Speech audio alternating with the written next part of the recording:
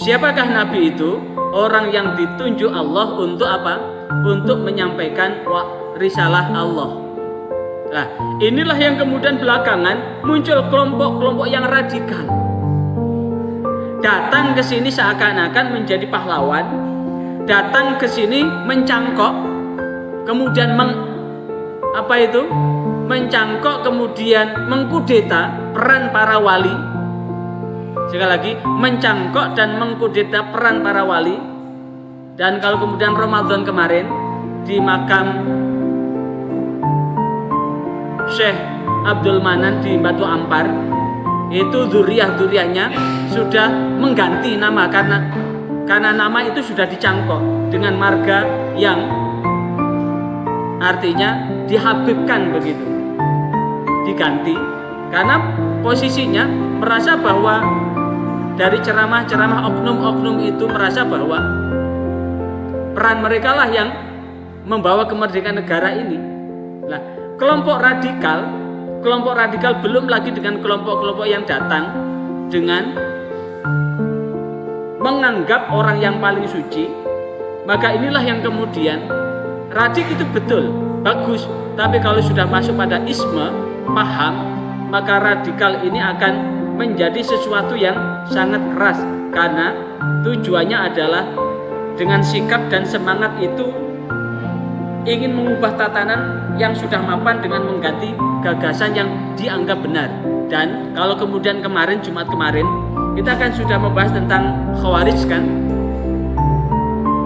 Jadi kelompok radikal ini ternyata ada irisan-irisan Khawarij modern. Sekali lagi, kelompok yang radikal ini ada irisan dengan faham Khawarij kekinian. Sehingga radikalisme dalam lingkup keagamaan adalah merupakan gerakan keagamaan yang berusaha merombak secara total tatanan sosial dan politik yang ada dengan jalan menggunakan kekerasan. Dengan apa? Menganggap bahwa membunuh dirinya dengan bom itu dianggap syahid. Meledakkan diri di tengah kerumunan itu adalah merasa bahwa telah ditunggu bidadari-bidadari di surga. Dan radikalisme ini adalah suatu paham yang dibuat oleh sekelompok orang yang menginginkan perubahan atau pembaruan tatanan sosial dan politik secara drastis dengan menggunakan cara kekerasan. Itu radikal. Kemudian liberal itu bebas. Kalau sudah isme adalah paham yang bebas. Sehingga liberalisme itu adalah sebuah ideologi politik, pandangan filsafat politik dan moral yang didasarkan satu, pada kebebasan, dua, persetujuan dari yang diperintahkan, dan persamaan di hadapan hukum. Jadi kelompok liberalisme ini, kalau kemudian kita lihat dari mana awal liberalisme, ini ternyata dari gerakan sosial yang ada di Perancis, revolusi Perancis. Jadi munculnya liberalisme itu dari revolusi Perancis. Kenapa? Di Perancis itu dulunya adalah kerajaan yang absolut, kerajaan yang rajanya diktator, yang suka berfoya-foya dengan mencari keuntungan, menari-nari di atas penderitaan rakyat. Raja sangat lalim, sangat zalim, kemudian berfoya-foya, sementara rakyat dalam posisi melarat, menderita, sehingga muncul gerakan kelompok orang borjuis dan kelompok proletar. Maka John Locke salah satu adalah penggagas utama dari liberalisme itu. Maka kemudian muncullah bahwa siapapun manusia itu setara di hadapan hukum. Maka sebetulnya di dalam Islam itu muncul, di dalam Islam pun begitu, bahwa manusia itu tidak dilihat di warna kulitnya, tidak dilihat dari latar belakang suku, tapi seluruhnya akan sama di hadapan hukum. Yang membedakan antara satu dengan yang lain hanya satu, yaitu ketakwaannya. Inna akramakum indallahi atqakum. Orang yang paling mulia di antara kalian semua adalah orang yang paling bertakwa. Siapakah orang yang paling bertakwa? Adalah orang yang taat hukum, bukan orang-orang yang abai terhadap hukum. Orang yang bertakwa itu adalah orang yang patuh terhadap rambu-rambu yang telah Allah tetapkan, bukan orang yang abai terhadap aturan yang Allah tetapkan. Maka kemudian kalau kemudian kita lihat dari akar kata liberalisme adalah dari kata liberal, libertarian, libertine, yang semuanya itu akar sejarah ke dalam bahasa liber, yaitu berarti bebas. Liber artinya bebas. Atau liberalisme di Amerika Utara itu hampir secara eksklusif, liberal itu keinginan untuk bebas. Liberal itu bagus karena liberal itu adalah bahwa seluruh manusia itu adalah sama di hadapan hukum. Sekali lagi, liberal itu bagus karena semua manusia adalah sama di hadapan hukum. Tapi kalau sudah isme, paham, ini yang akan menjadi sesuatu yang berbeda. Maka di Amerika Utara hampir secara eksklusif. Berarti eksklusif itu kelompok yang memang eksklusif, yang merujuk pada liberalisme sosial, yang itu akan menghasilkan liberalisme kiri. Dan partai di Kanada yang dominan adalah Partai Liberal dan Partai Demokrat yang biasa dianggap liberal di Amerika Serikat. Bebas. Jadi semua punya hak yang sama. Bagaimana ciri-ciri liberalisme? Liberalisme di beberapa bidang cirinya adalah munculnya demokrasi di bidang politik. Artinya seluruh manusia punya hak yang sama. Taruhlah ya, saudara mahasiswa ini punya kesempatan yang sama. Apakah saudara bisa jadi bupati, presiden, gubernur? Saudara punya hak yang sama. Ini adalah hak Anda untuk mengaktualkan diri. Apakah Anda nanti ke depan 10, 20, 30 tahun ke depan akan jadi presiden, jadi gubernur, jadi bupati, jadi amat, atau jadi apapun dalam kehidupan ini, itu semuanya punya kesempatan yang sama. Sekali lagi, punya kesempatan yang sama. Masih ingat ketika era reformasi, Orde Baru runtuh, maka kemudian ada Pesta Demokrasi tahun 1999. Banyak yang sebelumnya makelar sepeda motor, makelar kambing, tukang parkir, kemudian jadi DPR. Sehingga masih ingat kata-kata Gus Dur, DPR seperti anak? Seperti anak? Karena memang kapasitas berpikirnya masih anak TK. Karena apa? Latar belakang pendidikannya. Karena apa? Betul, di dalam surah Al-Mujadilah, yarfa'illahu alladhina amanu minkum walladzina utul ilma darajat. Allah mengangkat derajat orang yang beriman di satu sisi yang lain Allah akan mengangkat derajat orang yang berilmu. Maka kejarlah ilmu setinggi-tingginya, maka Allah akan mengangkat derajat saudara. Karena apa? Allah akan mengangkat derajat orang yang beriman dan Allah akan mengangkat derajat orang yang berilmu. Maka dalam pandangan politik, liberalisme itu semuanya punya kesempatan yang sama. Kemudian masyarakat mendapatkan kebebasan berpendapat, kesamaan untuk usaha, reformasi sosial, hingga perasaan egaliter. Apa itu egaliter? Egaliter itu adalah apa egaliter itu? Apa egaliter itu? Halo? Hai? Hai? Halo? Halo, halo? Hai. Apa itu egaliter? Sangat menggema saat revolusi Prancis ada egaliter, fraternite, dan seterusnya. Yang ketiga adalah masyarakat itu bebas untuk berekspresi. dalam bentuk apapun, dalam seni, musik dan lain sebagainya, punya kebebasan untuk ekspresi. Sehingga liberalisme itu sangat lekat dengan hak asasi atau hak dasar yang dimiliki oleh manusia. Tapi sekali lagi, kalau sudah isme itu bersifat ekspansif. Sementara radikal, apa itu radikal? Ciri-ciri radikal itu adalah satu, orang yang radikal itu mengklaim bahwa kebenaran itu tunggal dan kelompok lain dianggap sesat. Kelompok yang tidak sependapat dianggap sesat. Persis sama dengan Khawarij kan? Khawarij pun begitu. Orang-orang atau kelompok yang ada di luar Khawarij adalah kafir. Maka orang-orang radikalisme yang sudah keranjingan faham radikal, maka merasa bahwa apa yang mereka pahami itu benar, sementara kelompok lain yang tidak sependapat disebut sesat. Yang kedua, mempersulit tata cara Islam yang dianut, bahwa sejatinya ajaran Islam itu bersifat sahmah atau toleran dengan menganggap perilaku, hukum dan ibadah.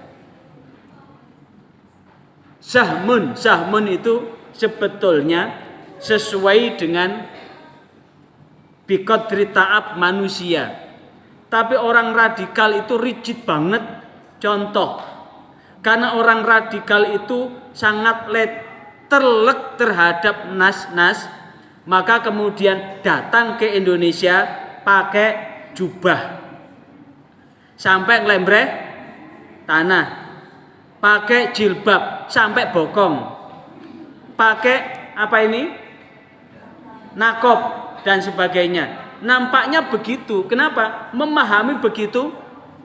Padahal di sana itu kenapa laki-laki dan perempuan pakai serban? Di sana kan padang pasir. Kalau pas musim kemarau, pas angin, debu padang pasir itu lembut hingga menyebabkan ispa. Apa itu ispa? Infeksi saluran pernafasan. Maka bukan hanya perempuan, laki-laki pun kalau pas debu, maka ini ditutup begini sehingga kelihatan matanya saja. Dan kenapa jubahnya pakai warna putih? Karena kalau panas warna putih itu memantul, bukan warna hitam. Kalau warna hitam kan menyerap. Jadi pakaian itu adalah bagian dari kebutuhan karena alamnya seperti itu. Datang ke sini membawa apa yang ada itu. Padahal di sana ndak ada kandang ayam, ndak ada kandang sapi, ndak ada kandang babi, dan ndak ada kotoran di mana-mana. Di sini itu loh. Hujan setiap saat, kotoran akan mengalir kemana-mana, sehingga memungkinkan apa? Tanah yang kita lewati ini ada najisnya, ada kotoran kucing, ada kotoran anjing, kotoran hewan yang lain, yang kemudian kalau yang perempuan pakai baju yang lembreh tanah, maka tidak tertutup kemungkinan nyapu dalan.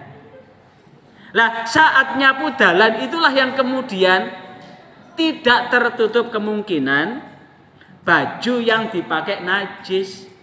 Pertanyaannya, kalau dia kuliah pakai baju seperti itu, tidak bawa ganti, apakah kemudian nunggu nanti sholat di rumah? Contoh ini yang perempuan berangkat di sini jam berapa tadi? Jam 9, sudah sholat zuhur? Bawa mukena? Bawa baju ganti? Kalau tidak bawa baju ganti, kemudian pakai baju yang seperti itu ngelembreh begitu kayak zemit begitu, tidak kelihatan kakinya. Kalau ada sundel bolong, kemudian tidak kelihatan kakinya, tapi ngawang, maka kemudian apa? Jelas itu akan membawa najis. Padahal yuridu bikumul yusra wala yuridu bikumul usra. Allah menghendaki kemudahan, bukan menghendaki kesulitan. Tapi justru orang yang radikal itu akan mempersulit dirinya di dalam rangka tata cara beragama yang ia lakukan. Yang ketiga, bersikap berlebihan dalam menjalankan ritual agama yang tidak pada tempatnya. Sudah ada Masjid Istiqlal, malah sholat Jumatnya di Monas. Sudah disiapkan masjid, malah jalan di Kapleng dipakai sholat jamaah. Padahal masjid ada di mana-mana. Masih ingat waktu apa itu? Waktu demo? Tidurnya di Masjid Istiqlal. Sekali lagi, tidurnya di Masjid Istiqlal, tapi sholatnya di mana? Di lapangan. Jadi masjid hanya untuk tidur, tapi sholatnya malah di jalan, malah di lapangan. Ya begitu, berlebihan dalam menjalankan. Kemudian mutlak dalam berinteraksi, keras dalam berbicara, terutama terkait dengan apa yang diyakini. Sehingga kalau ngomong seakan-akan bisa membakar bumi ini. Menggembu-gembu seakan-akan bahwa surga hanya miliknya, sementara yang lain kontrak. Seakan-akan dirinya adalah termasuk bagian administrasi urusan masuk surga.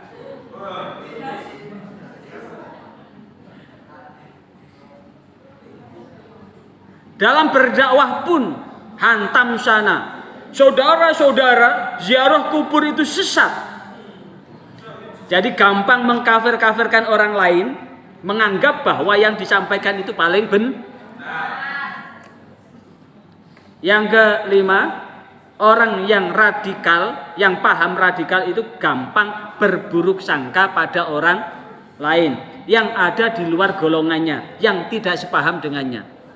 Dan yang terakhir, mudah mengkafirkan dan memberikan label takfiri buat orang atau kelompok lain yang berbeda pendapat. Itu radikal. Makanya Al-Qardawi memberikan solusi buat kelompok radikal ini. Maka tentu keberagamaan di Indonesia ini, maka benar jikalau kemudian Islam yang berkembang di Nusantara, yang saat ini umat Islam di Indonesia adalah umat yang terbanyak di dunia saat ini. Sekali lagi, umat Islam yang ada di Indonesia adalah umat yang terbanyak di dunia saat ini, yang sebentar lagi akan disusul oleh India dan Pakistan. Tapi saat ini masih Indonesia ranking 1. Dan Islam yang ada di Indonesia ini adalah Islam yang rahmatan lil alamin, yang mampu menjadi rahmat bagi alam semesta, yang ketika memahami teks agama itu sangat mendalam. Contoh sekarang ini sedang dibahas tentang salam 5 agama. Itu kalau dipahami secara tekstual, sekali lagi, kalau dipahami secara tekstual, walaupun itu pakai bahasa Ibrani, walaupun itu pakai bahasa Sanskerta, walaupun pakai bahasa yang lain, bahasa Jawa dan sebagainya, tapi ketika mengucapkan bahwa yang diucapkan itu adalah untuk Allah yang ahad, maka tidak dosa. Sekali lagi, kalau diucapkan itu misalkan Om Swastiastu, Om Swastiastu, kalau Om itu adalah Om Allah, karena Om itu adalah Tuhan. Kalau kata Om itu kemudian hati itu nyambung bahwa Om itu Allah. Sekali lagi, kalau Om itu dalam hati adalah Om itu adalah Allah, Tuhan yang ahad, maka itu tidak dosa. Kalau Shalom itu adalah Assalam, bahasa Arabnya adalah Assalam, bahasa Ibrani adalah Shalom. Tapi kata Shalom, salam sejahtera dari Allah Subhanahu wa Ta'ala, maka mengucapkan itu tidak berdosa. Tapi bagi orang yang radikal, maka itu adalah kafir. Bagi orang yang radikal, bahwa orang yang mengucapkan itu adalah berdosa. Maka berbicara tentang agama, ada area yang bersifat internum, ada area yang bersifat eksternum. yang bersifat internum itu adalah bagaimana kita tetap menggemakan innad dina indallahil bahwa agama yang paling diridhai oleh Allah adalah Islam. Bahkan agama yang diajarkan dari Nabi Adam sampai Nabi Muhammad adalah Islam. Contohnya apa? Saat Nabi Yakub sudah uzur, maka kemudian Nabi Yakub mengumpulkan anak-anaknya. Kemudian Nabi Yakub berkata kepada anaknya, "Ma ta'buduna mim ba'di?" Apa yang kau sembah setelah aku meninggal? Maka anak-anaknya Nabi Yakub menjawab, "Aku menyembah apa yang disembah oleh Bapak Ibrahim dan apa yang disembah oleh Nabi Ishak, apa yang disembah oleh Nabi Yakub." Saat menjawab itu kemudian Nabi Yakub berkata, "Wala tamutunna illa wa antum muslimun." Sekali-kali kamu jangan mati kecuali mati dalam kondisi Orang yang muslim itu dari kata Islam. Orang muslim adalah orang yang memeluk Islam. Substansi Islam adalah penyerahan diri kepada Allah secara mutlak. Dengan apa?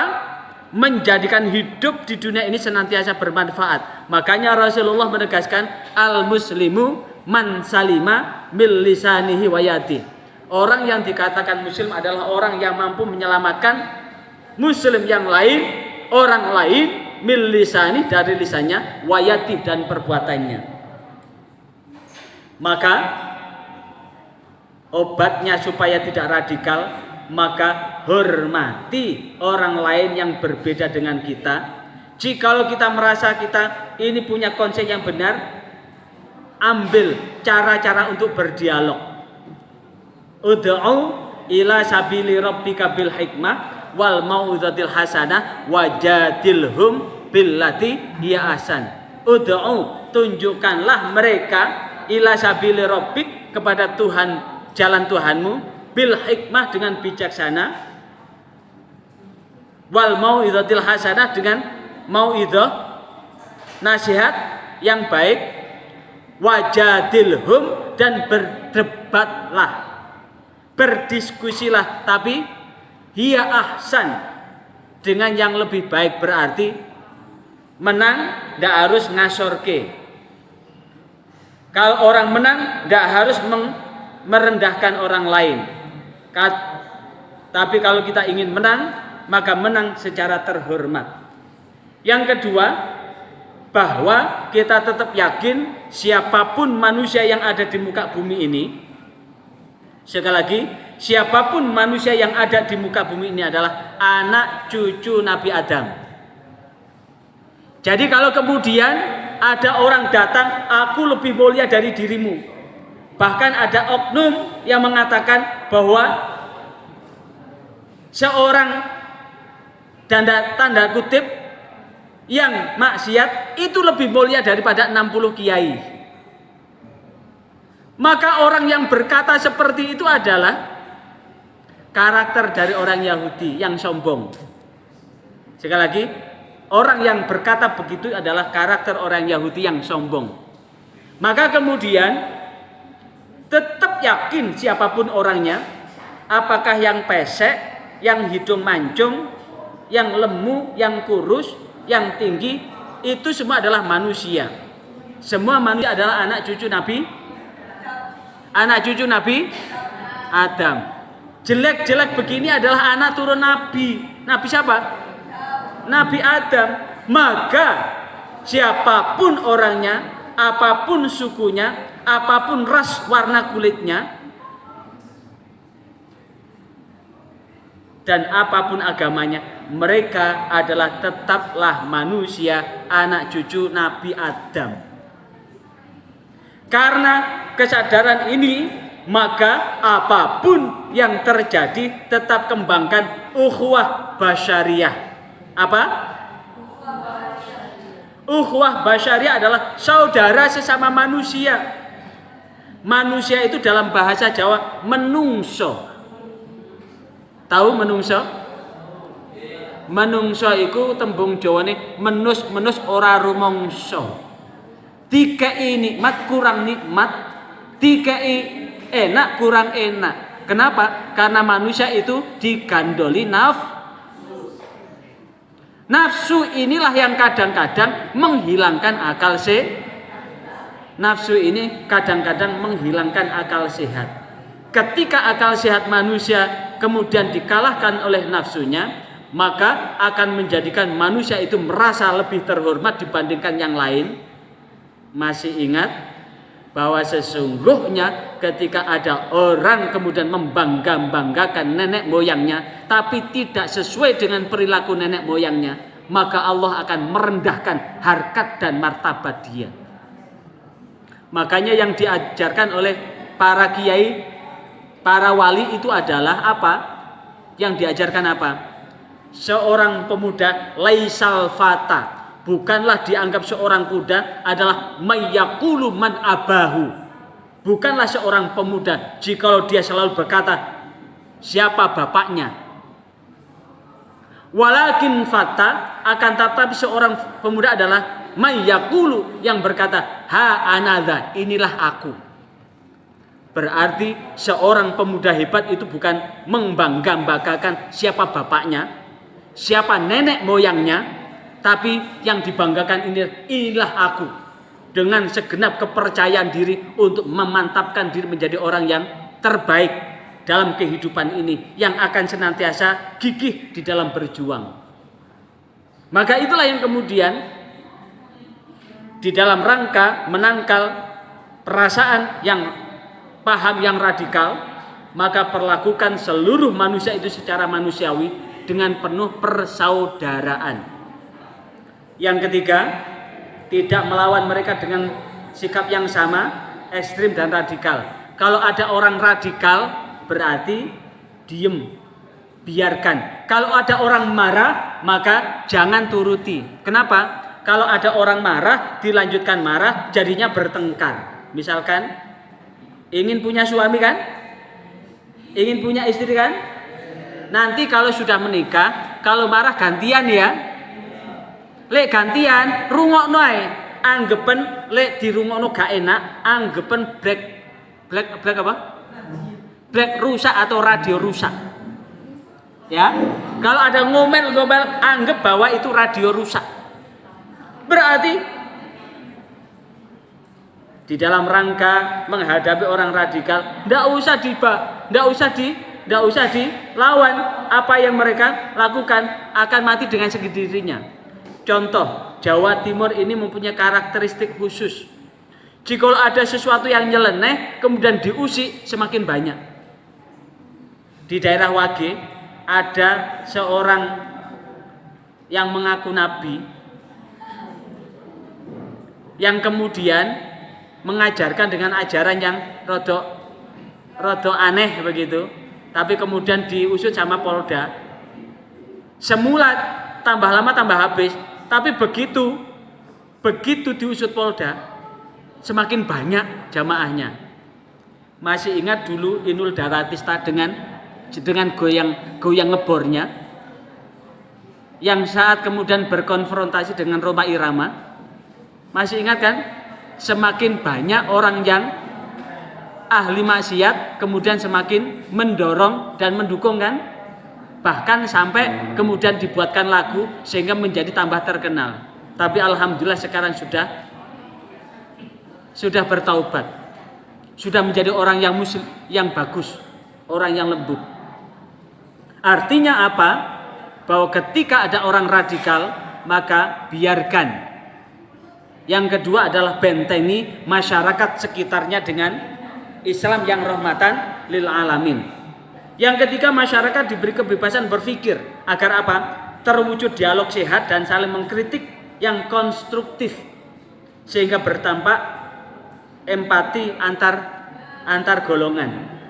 Dan supaya tidak radikal, jauhi dari perasaan superioritas yang kemudian berujung mengkafirkan orang yang berbeda dari apa yang dipahami, dan seterusnya.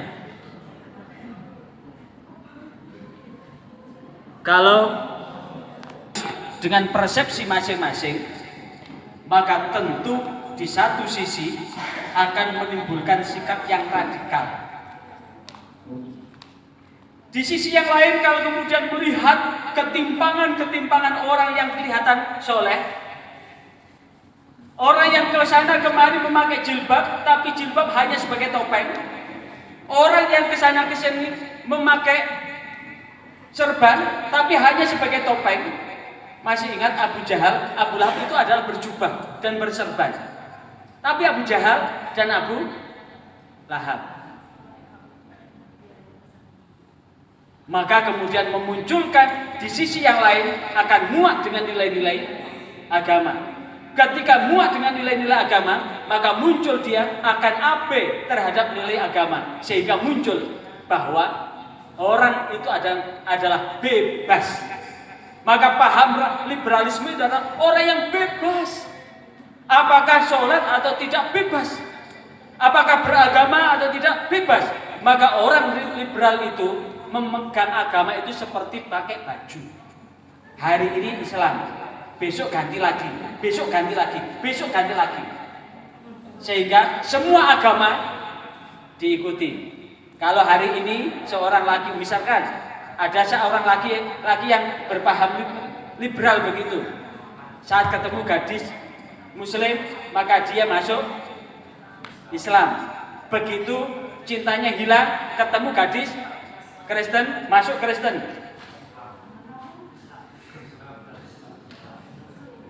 Kemudian pisah lagi, ketemu orang Hindu, masuk Hindu. Pisah lagi, ketemu orang Konghucu, masuk Konghucu. Karena menganggap bahwa agama itu seperti baju. Kalau tidak suka dengan baju itu, lepas baju, ganti baju yang disenang. Itu orang liberal, karena memang merasa bebas. Dan liberal ini sangat lekat dengan orang yang bersifat apa? Mengandalkan rasio. Makanya liberal itu bagus, karena orang liberal itu adalah setiap orang itu punya hak yang sama di mata hukum. Tapi kalau sudah ismu paham, ini jatuhnya menjadi sesuatu yang tidak bagus. Maka inilah yang kemudian hal yang bersifat persepsi itu adalah pendapat, maka setiap orang satu dengan yang lain beda. Begitu pula kalau kemudian orang mempersepsikan satu ayat, satu dalil, maka akan menghasilkan pemahaman yang berbeda. Tafsir itu ada dua. Ada yang dari Fakultas Agama Islam, angkat tangan. Prodi apa? PAI. Ada tafsir kan di PAI? Belum. Semester 2. Kalau di HKI, ada yang dari HKI?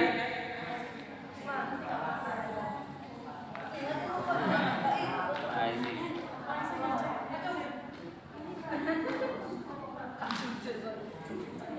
Nah, makanya kemudian kalau kita lihat dari sini,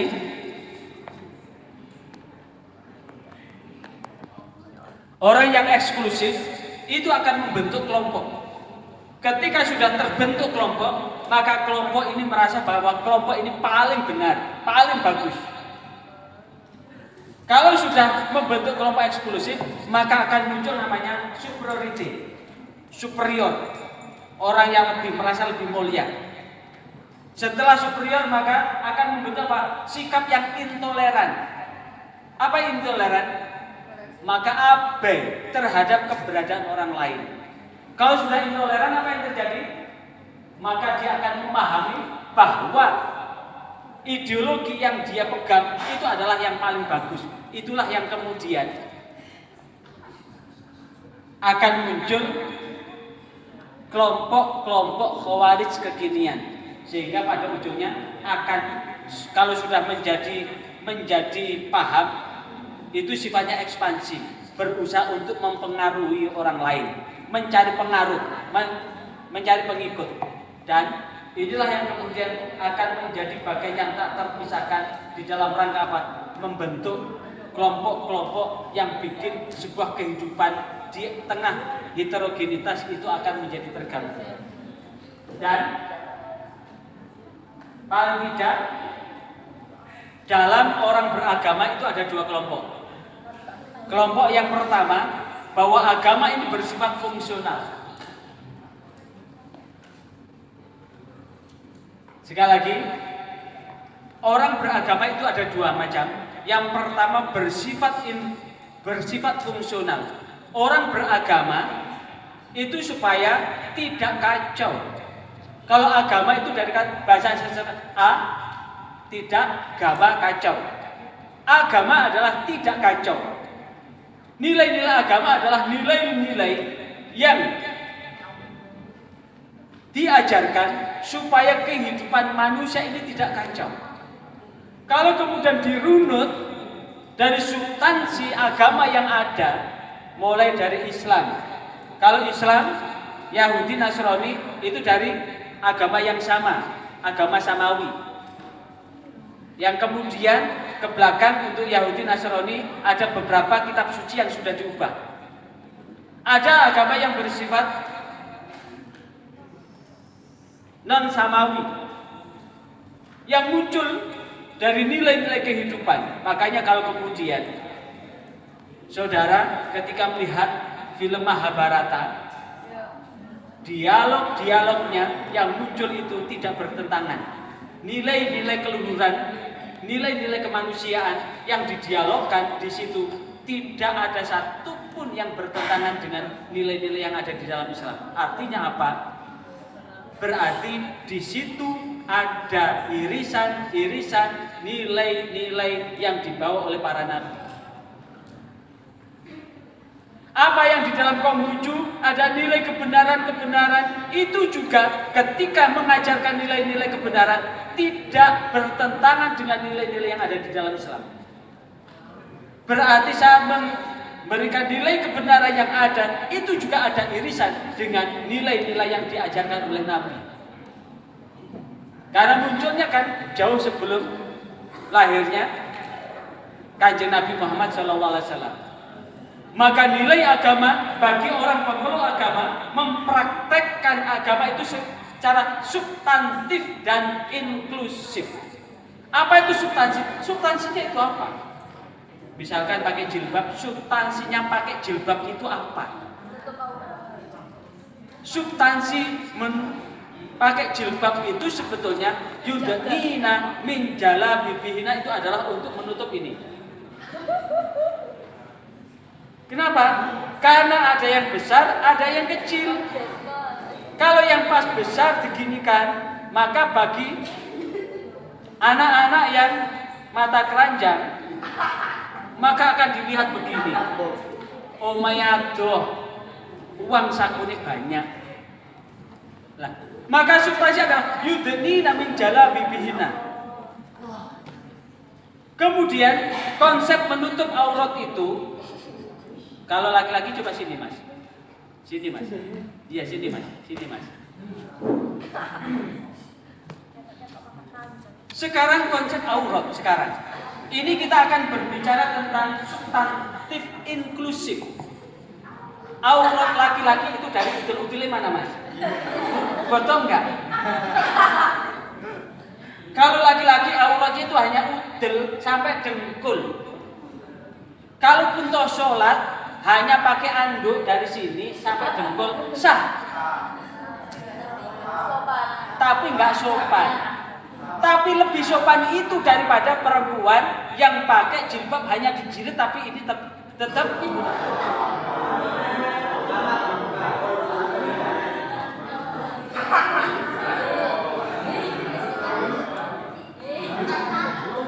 Kenapa? Karena ketika ada laki-laki hanya pakai misalkan seperti celana jojon dari udel sampai lutut, ini tidak akan menarik. Karena di sini penuh dengan bulu, kayak bulu kera begitu. Dari lutut ke bawah juga tidak menarik karena penuh dengan bulu. Tapi cobalah kalau perempuan hanya pakai udel sampai lutut, kira-kira girat-girat gak?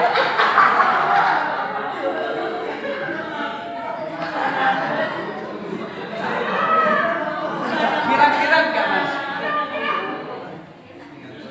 Kira kan ya gitu. Boten soalnya menikmati. Ya itu. Artinya apa? Bahwa beragama, praktek agama yang substantif dan inklusif itu adalah berdasarkan nilai kemaslahatan yang akan dipraktekkan. Bukan nilai aksesoris. Yang kedua, mempraktekkan agama yang bersifat eksklusif, legal, formalistis. Eksklusif itu adalah membentuk kelompok yang eksklusif, yang berkelas. Tapi hanya formal. Kayaknya berukut, tapi berukut hanya ada di depan orang. Kayaknya alim, tapi hanya di depan orang. Jadi mengamalkan nilai agama itu hanya ada di masjid, tapi keluar masjid, makanya muncul. Saya kebetulan jadi kiainya penjara mulai 2001 sampai sekarang. Ada satu kata yang cukup menggelitik, bahwa ada yang dari Madura? Coba yang dari Madura? Ya. Ada yang dari Madura? Ada kalimat yang cukup menggelitik. Ngecok itu penggawean, sholat itu ibadah. Jadi waktunya sholat dengar adzan Allahu Akbar, langsung ke masjid. Tapi begitu keluar, pekerjaannya apa? Ngecok. Apa itu ngecok, Mas?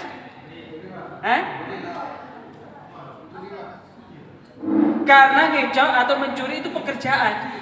Jadi antara sholat dengan pekerjaan bisa. Padahal bekerja itu adalah cari yang hak. Mencuri itu halal enggak?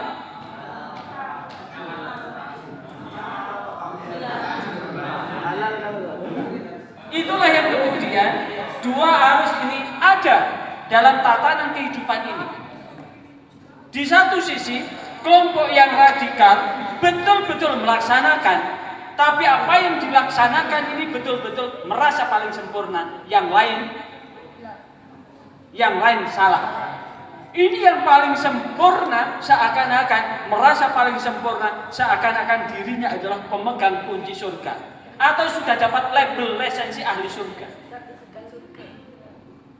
Tapi ada kelompok yang lain yang sangat abe. Wes sing penting atine api, orang larani wong, urusan sholat petung buri.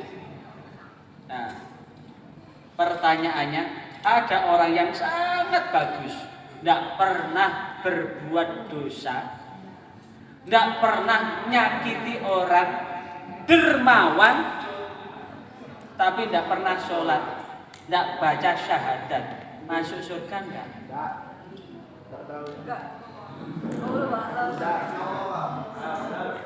Masuk surga urusan Gusti Allah. Tapi ibarat orang buka komputer, buka HP, HP itu ada passwordnya. Bisa nyalakan HP, tapi tidak tahu passwordnya, berarti tidak bisa mengoperasionalkan. Sama. Ada orang yang beramal soleh, tapi tidak syahadat, itu sama dengan punya HP, bisa nyalakan HP, tapi tidak bisa memanfaatkan HP itu. Tiket ke surga itu ada, tapi tidak punya kunci. Sama dengan orang punya apartemen mewah, sudah dibeli apartemen mewah itu, tapi tidak punya kunci untuk masuk ke apartemen itu. Tidak bisa menunjukkan kepemilikan pada satpam apartemen itu. Tidak punya kunci untuk masuk ke kamarnya. Sama dengan itu. Maka password itu berupa apa? Iman. Apa itu iman? Meyakini Tuhan yang ahad, Tuhan yang esa. Maka itulah kelompok yang bersifat substantif inklusif. Itu adalah bagaimana agama ini mengantarkan kehidupan yang mulia, yang tetap memegang takwa, iman dan iman itu percaya bahwa Allah itu ada, Allah itu ahad. Takwa itu adalah mengekspresikan pikiran, perasaan dan perbuatan sesuai dengan keyakinan itu. Karena prinsip utama orang yang bertakwa adalah orang yang melaksanakan apa yang menjadi perintah Allah dan meninggalkan apa yang dilarang oleh Allah. Nah, inilah yang kemudian mainstream eksklusivisme dan ekstremisme. Kerangka antara orang eksklusif dan ekstrim itu adalah sangat tepi banget. Saking tepinya, cara berpikirnya pun akan sempit banget. Dan ini ada tantangan saudara, yang PAI akan menjadi guru agama, yang dari ekonomi akan menjadi ekonom, yang di fakultas hukum akan menjadi orang yang dihukum.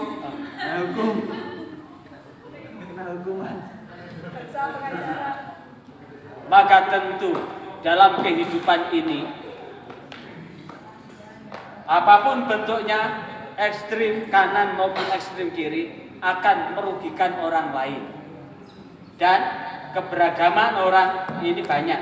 Yang pertama, di satu sisi tidak kelihatan ya, karena tulisannya terlalu kecil, tidak pakai kacamata. Kacamata pun matanya sudah minus. Tantangan yang pertama, bahwa dalam kehidupan ini berkembang cara pandang, sikap dan praktek beragama yang berlebihan. Di tengah-tengah masyarakat berkembang cara pandang, sikap dan praktek beragama yang berlebihan. Berlebihan itu berarti ekstrim. Sehingga apa yang dijalankan itu akan merasa menjadi orang yang paling suci. Maka bagaimana mengatasinya adalah bagaimana memperkuat apa? Cara pandang. Esensi dari ajaran agama itu adalah nilai kebaikan yang digetarkan dalam kehidupan ini. Karena khairun nas anfa'uhum linnas. Sekali lagi, khairun nas anfa'uhum linnas. Sebaik-baik manusia adalah orang yang bisa bermanfaat buat orang lain. Orang yang bisa bermanfaat buat orang lain. Orang yang bisa bermanfaat buat orang lain. Yang kedua, tantangan kedua adalah berkembang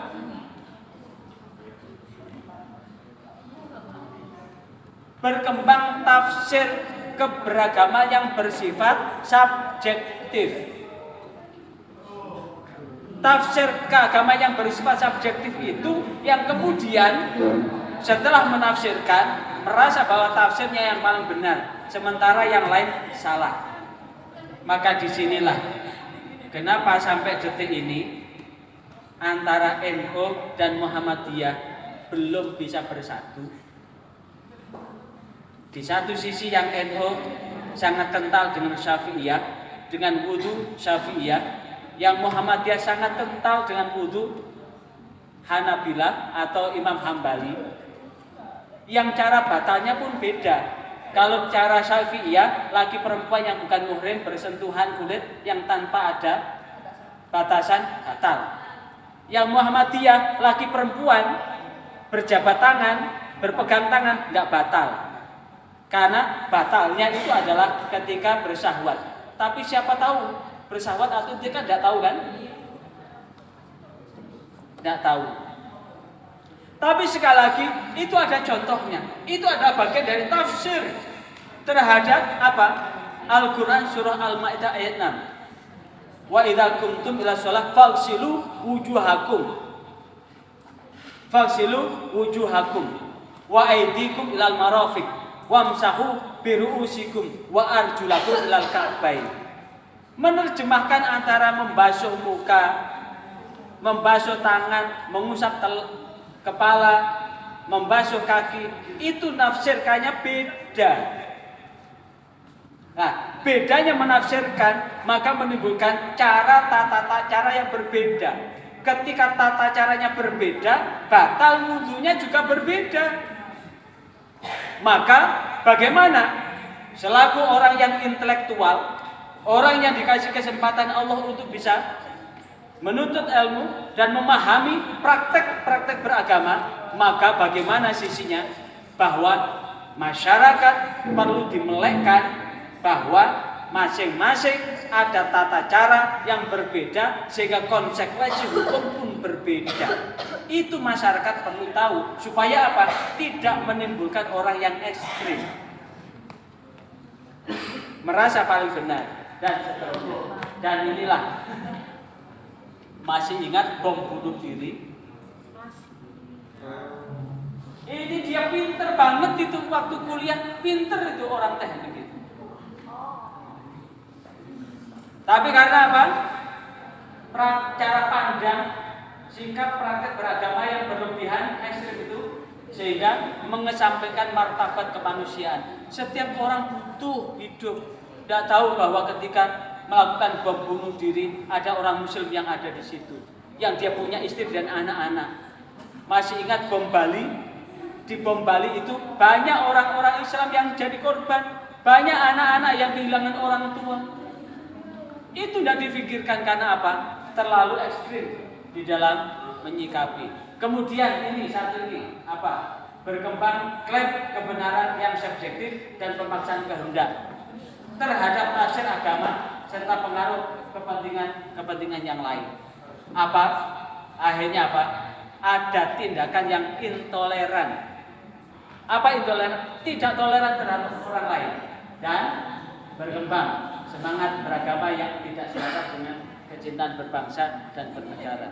Bagaimanapun juga kita hidup di negeri Indonesia, negeri yang punya karakteristik, negeri yang damai, negeri yang sangat ramah.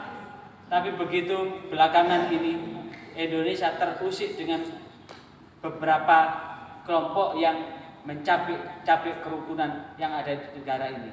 Maka berkaitan dengan ini apa yang dapat kita ambil adalah bagaimana kita bisa mempraktekkan praktek beragama yang bijak.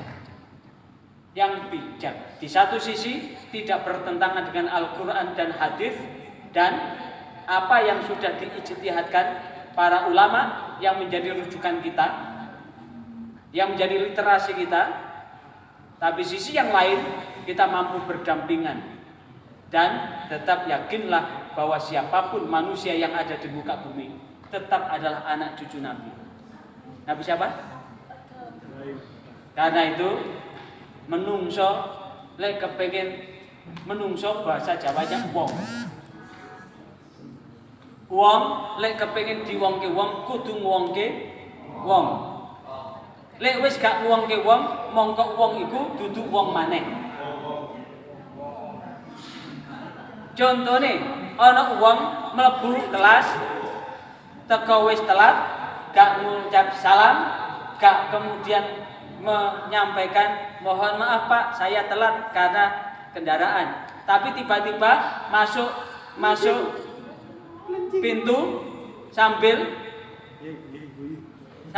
apa? Sambil dimi itu apa? Mengendap-endap sambil mengendap-endap moro-moro duduk di kursi. Yang penting tanda tangan absen. Habis itu mengendap-endap lagi keluar tanpa pamitan. Itu namanya model wong sing bludas kaya wong. Artinya apa? Lek ana wong gak ngwongke wong, mongko wong iku dudu wong maneh. Sehingga orang yang jengkel akan menyebut arek kok bludas kaya wong. Kalau sudah wong, itu bukan wong lagi kan? Berarti kalau ini dimuliakan orang lain, manusia yang lain ingin memuliakan kita, maka muliakan orang lain itu. Substansi, sekali lagi, substantif inklusivitas sebuah nilai agama adalah bagaimana substansi mengamalkan agama itu dalam rangka apa? Supaya kehidupan itu tidak kacau. Kehidupan itu akan tetap tentram dan damai. Maka kedamaian ketentraman itu akan terwujud dan paling tidak beberapa kelompok aliran-aliran yang mengajarkan radikalisme dan Liberalisme adalah sesuatu paham yang tidak patut untuk ditiru dan dicontoh, dan siapapun orangnya tetap yakinlah bahwa kemuliaan seseorang itu berdasarkan akhlaknya. Makanya Rasulullah sendiri menegaskan, bu'ithtu liutammima makarimal akhlak. Aku diutus adalah untuk menyempurnakan keutamaan kemuliaan akhlak. Sehingga seseorang akan dilihat sebagai manusia manakala dia akan memperhatikan akhlaknya. Ada pertanyaan yang lain? Saya persilahkan. Halo? Ada pertanyaan? Sampun itu sudah apa? Finish? Kenapa finish? Hah? Ada pertanyaan? Kalau ada pertanyaan, saya yang bertanya. Coba, apa yang dimaksud dengan ekstrim? Halo?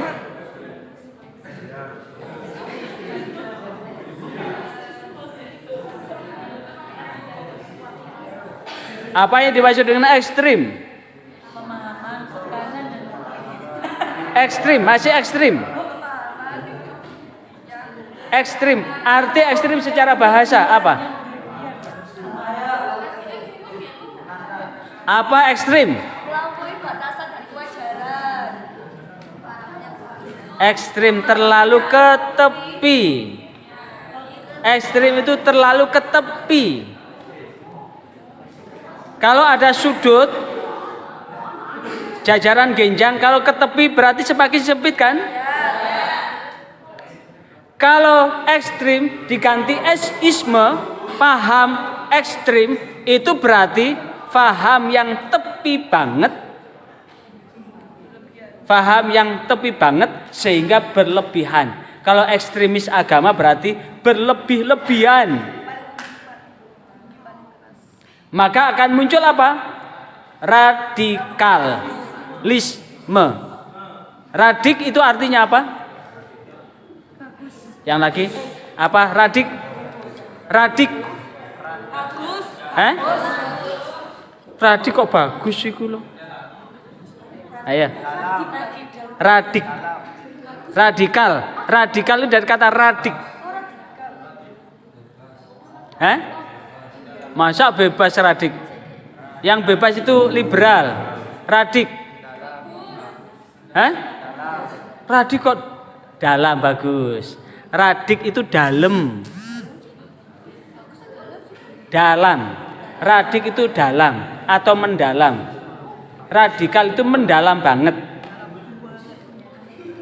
Tapi kalau isme, radikalisme, paham yang mendalam, berarti menimbulkan sikap yang berlebihan.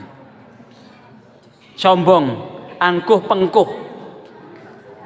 Jadi radikal itu adalah sombong, angkuh, pengkuh. Kalau sudah radikalisme, paham yang sudah memaksakan kehendak. Kalau kemudian dia ingin perubahan, maka perubahan itu dengan cara kekerasan. Sekarang liberalisme, dari kata liberal artinya apa? Bebas. Tapi kalau sudah isme, liberal itu bagus. Karena liberal itu menyetarakan manusia dengan satu yang lain sama di hadapan hukum. Sing pesek apa mbangir?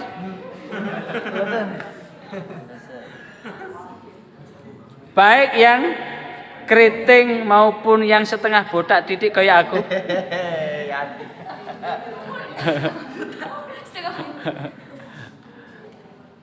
Sama di hadapan hukum. Apakah anak budak atau anak raja, sama di hadapan hukum. Karena radikalisme itu muncul karena protes terhadap kediktatoran dari kaisar yang ada di Prancis. Kemudian muncul revolusi Prancis yang menginspirasi revolusi Amerika dan seterusnya. Nah, inilah yang kemudian bahwa apa yang ada dalam kehidupan ini, sekali lagi apa yang ada dalam kehidupan ini keseluruhannya adalah khairul umur ausatuha. Khairul umur ausatu apa? Khairul umur ausatuha? Apa khairul umur ausatuha? Halo? Khairul umur sebaik-baik perkara ausatuha. Ausatuha yang tengah-tengah aja.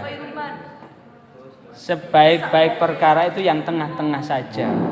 Berarti apa yang dapat kita kembangkan pada kesempatan ini adalah bagaimana kita mengembangkan diri dalam perkara-perkara yang fleksibel. Nah, inilah yang kemudian bagaimana kita menanggulanginya. Maka strategi dengan pendidikan seperti ini, kalau kita hidup di Indonesia, bagaimana kita melakukan kontraradikalisasi. Di dalamnya akan menanamkan nilai keindonesiaan dan menanamkan nilai-nilai anti kekerasan. Makanya di negara ini mencoba dipahamkan substantif inklusif agama. Karena agama itu dari bahasa Sanskerta itu tidak, agama tidak kacau. Bagaimana praktek-praktek agama tidak menimbulkan kekacauan. Kemudian deradikalisasi adalah bagi mereka yang sudah terlibat kelompok radikal, maka bagaimana dididik menjadi lebih moderat. Dan bagi yang tidak bisa ditata, maka ditegakkan hukum dengan penegakan hukum. Dengan demikian, mudah-mudahan apa yang kita bahas pada kesempatan ini senantiasa manfaat dan barokah buat diri kita. Sekian, wassalamualaikum warahmatullahi wabarakatuh.